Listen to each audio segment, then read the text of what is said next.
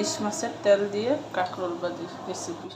আর ইলিশ মাছগুলো আমি যেই তেল দিয়ে বেঁধেছি ইলিশ মাছের তেলটা রেখে দিলাম, এটা দিয়ে কাঁকরোল ভাজি ওগুলো দিয়ে নিলাম। দিয়ে দিব লবণ, দিয়ে দিব একটু রসুন বাটা, দিব একটু ধনিয়ার গুঁড়া, দিয়ে দিব একটু হলুদের গুঁড়া, একটু দিয়ে দিব একটু মরিচের গুঁড়া, সামান্য একটু জিরা।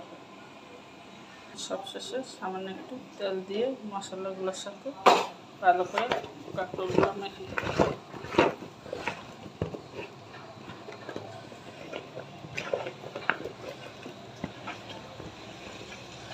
ভালো করে আমার কাঁকরোলগুলো মাখা হয়ে গেছে।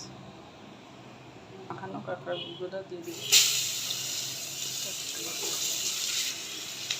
দিয়ে দিব সবগুলো কাঁকরোল, দিয়ে দিব সব কাঁকরোল।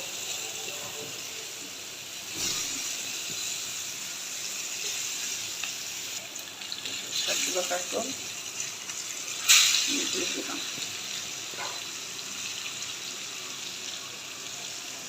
এখন ঢাকনা দিয়ে কাঁকরোলগুলো সব উল্টা দিয়ে হয়ে গেছে।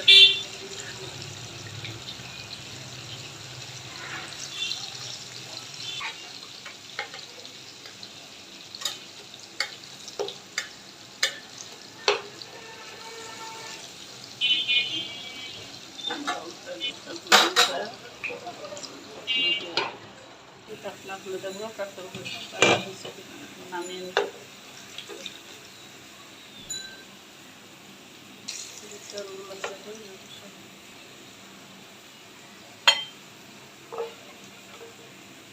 দেখতে হয়েছে কাঁকরোল ভাজি, সব জানাবেন।